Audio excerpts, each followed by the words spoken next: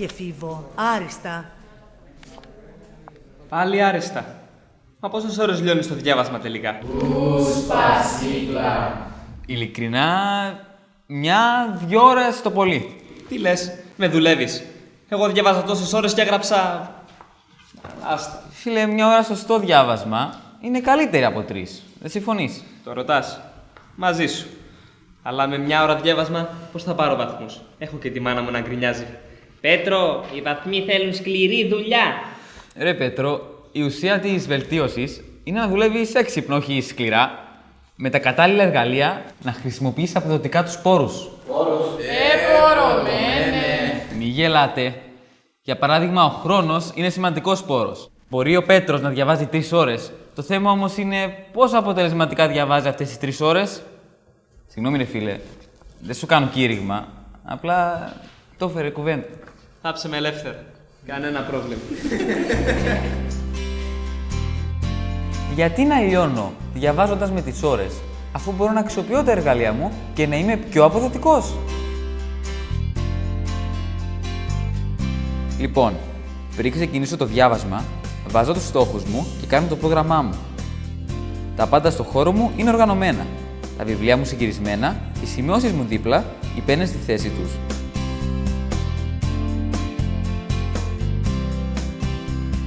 Βασικά, αυτά είναι βασικά. Χρειάζεται και συγκέντρωση. Και στην τάξη, αλλά και όταν διαβάζω. Δεν επιτρέπω σε τίποτα να μου αποσπάσει την προσοχή.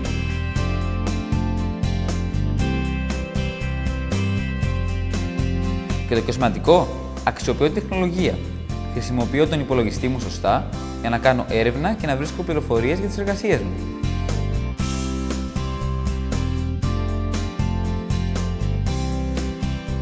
Όπως με κάθε εργαλείο, πρέπει να αποκτήσεις δεξιότητα και με τον υπολογιστή.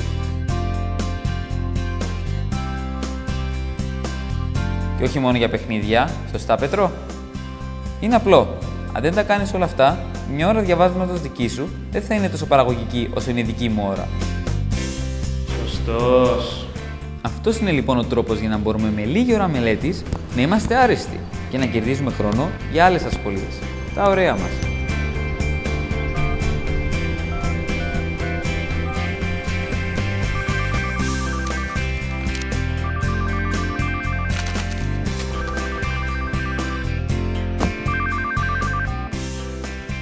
Έλα Πέτρο, μας περιμένουν για το πάρτι.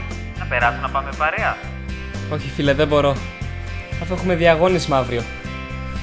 Έλειωσα στο διάβασμα.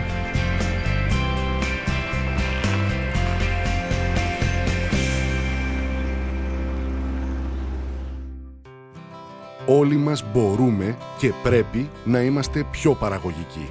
Όταν ο καθένας μας λειτουργεί αποδοτικά, κτίζουμε ένα καλύτερο αύριο για όλους.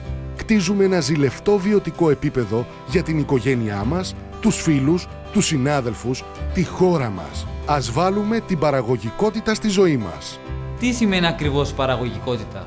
Η έννοια της παραγωγικότητας, Φίβο μου, σχετίζεται με την αποτελεσματική χρήση των πόρων μας. Πόροι είναι οι πρώτες ύλες, το κεφάλαιο, τα κτίρια, η γη, ο εξοπλισμός, η ενέργεια, οι πληροφορίες και φυσικά η ανθρώπινη εργασία. Αυτοί οι πόροι, μέσα από μια παραγωγική διαδικασία, μετατρέπονται σε προϊόντα και υπηρεσίες. Η παραγωγικότητα, λοιπόν, συσχετίζει τα αποτελέσματα με τους πόρους. Συγκεκριμένα, η παραγωγικότητα ισούται με την ποσότητα των αποτελεσμάτων που επιτυχάνονται ως προς την ποσότητα των πόρων που αναλώνονται. Αύξηση στην παραγωγικότητα έχουμε όταν, με τη χρήση των ίδιων πόρων, καταφέρνουμε να παράξουμε περισσότερα προϊόντα και υπηρεσίες. Επίσης, όταν με τη χρήση λιγότερων πόρων καταφέρνουμε να παράξουμε την ίδια ποσότητα προϊόντων και υπηρεσιών. Ή ακόμη, όταν η αύξηση στα προϊόντα ή στις υπηρεσίες που παράγουμε είναι μεγαλύτερη από την αύξηση των πόρων που χρησιμοποιούμε. Έχω απορία. Συχνά ακούμε ότι στην Κύπρο δεν είμαστε και πολύ παραγωγικοί. Πώς μπορούμε να βελτιωθούμε? Πρέπει να επικεντρωθούμε στους παράγοντες που επηρεάζουν την παραγωγικότητα. Πού είναι? Ας δούμε κάποια παραδείγματα που αφορούν επιχειρήσεις για να σε βοηθήσω να το αντιληφθείς. Πρώτον, πρέπει να υπάρχει στρατηγικός σχεδιασμός, δηλαδή να μπαίνουν σωστοί στόχοι, που σημαίνει και εφικτοί και μετρήσιμοι. Εξίσου σημαντικές όμως είναι οι μέθοδοι και οι διαδικασίες για υλοποίηση των στόχων. Ο προγραμματισμός και η οργάνωση της εργασίας είναι θεμελιώδεις παράγοντες, όπως και η ασφάλεια και η υγεία στο χώρο εργασίας. Οι γνώσεις και οι δεξιότητες του ανθρώπινου δυναμικού είναι παράγοντες κλειδί, το ίδιο και το επίπεδο χρήσης της τεχνολογίας και ειδικότερα των τεχνολογιών πληροφορικής και επικοινωνιών. Και σίγουρα η έρευνα και η καινοτομία. Γουστάρω! Τεχνολογία, έρευνα, καινοτομία. Νομίζω είναι εύκολο να αντιληφθείς ότι αν δεν δοθεί σημασία στους παράγοντες αυτούς, τα αποτελέσματα είναι πολύ αρνητικά για τις επιχειρήσεις και για την κοινωνία. Αυτά που βλέπουμε να συμβαίνουν γύρω μας. Δυστυχώς, Φίβο μου, καλό είναι να ξέρεις κιόλας ότι υπάρχουν και παράγοντες που δεν ελέγχονται από την επιχείρηση, αλλά αφορούν το περιβάλλον όπου λειτουργεί η επιχείρηση. Για παράδειγμα, η δομή της οικονομίας, η οικονομική σταθερότητα, η απασχόληση, η ανεργία, οι υποδομές σε συγκοινωνίες, σε τηλεπικοινωνίες και ο ανταγωνισμός.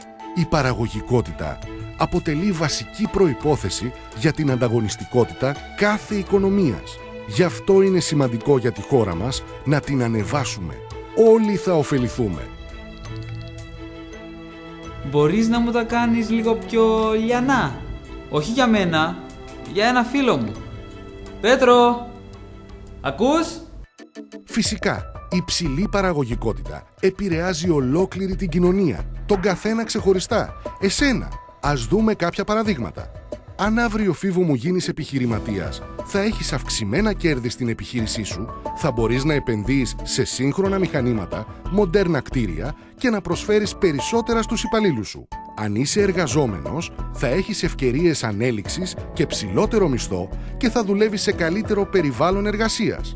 Ακόμη, όλοι μας είμαστε καταναλωτές. Ψηλή παραγωγικότητα σημαίνει υπηρεσίες και προϊόντα καλύτερης ποιότητας σε χαμηλότερες τιμές και περισσότερη ποικιλία. Γενικά, για τον κάθε πολίτη, αύξηση της παραγωγικότητας σημαίνει καλύτερες υπηρεσίες υγείας, παιδείας και συγκοινωνιών, αφού το κράτος θα έχει αυξημένα έσοδα από τις δραστηριότητες των επιχειρήσεων. Στην πράξη δηλαδή, βελτιώνεται το βιωτικό επίπεδο όλων μας. Νομίζω τώρα, ακόμα και ο Πέτρος καταλαβαίνει γιατί είναι τόσο σημαντικό να έχουμε υψηλή παραγωγικότητα. Φυσικά, γιατί η χαμηλή παραγωγικότητα έχει τεράστια ευθύνη για την αύξηση στο κόστος παραγωγής, τη μείωση της ανταγωνιστικότητας, για τους χαμηλούς μισθούς, για την ανεργία. Φρόντισε λοιπόν εσύ και η γενιά σου να δουλεύετε παραγωγικά. Χαίρομαι για αυτά που έμαθα σήμερα, γιατί κατάλαβα πως αυτά που κάνω εγώ καθημερινά για να πετυχαίνω στο σχολείο είναι στην ουσία αυτά που πρέπει να κάνει ο καθένας μας σε όλη του τη ζωή για να πετυχαίνουμε όλοι μαζί ένα καλύτερο αύριο. Ακριβώς, Φίβο μου. Δουλεύουμε σωστά. Πάμε μπροστά.